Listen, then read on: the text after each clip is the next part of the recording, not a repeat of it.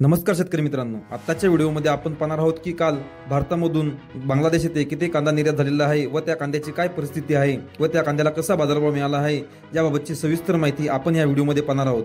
तर मित्रांनो, आपल्याकडे गोजाडांगा बॉर्डरवरील कांदा निर्यात रिपोर्ट हा प्राप्त झालेला आहे। तर मित्रांनो, काल गोजाडांगा बॉर्डरवरून 37 गाड्यांची निर्यात झालेली आहे, तर मेहंदीपूर बॉर्डरवरून 28 गाड्यांची निर्यात काल झालेली आहे।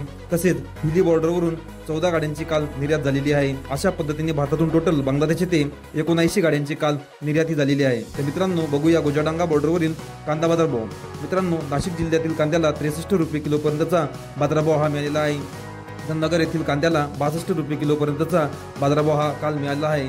तर साऊथ येथील नवीन कांद्याला 55 ते 59 रुपये किलो पर्यंतचा बाजारभाव हा काल मिळालेला आहे। तर मध्य प्रदेशच्या इंदोर येथील कांद्याला 56 ते 59 रुपये किलो पर्यंतचा बाजारभाव काल हा बांगलादेश येथे मिळाला आहे। तर मित्रांनो, मागील बाजारभाव बघता कालच्या बाजारभावामध्ये 1 ते 2 रुपये कमी झालेली दिसून येत आहे। तर धन्यवाद शेतकरी मित्रांनो, आपण माझा व्हिडिओ शेवटपर्यंत बघितल्याबद्दल। व्हिडिओ आवडला असेल तर एक लाईक नक्की करा। अशा शेतीविषयक नवनवीन योजना व रोजचे कांदा बाजारभाव आणि कांद्याविषयी बातम्या जाणून घेण्यासाठी आमच्या शेतकरी कट्टा या चॅनलला लाईक, शेअर आणि सबस्क्राईब करा। धन्यवाद।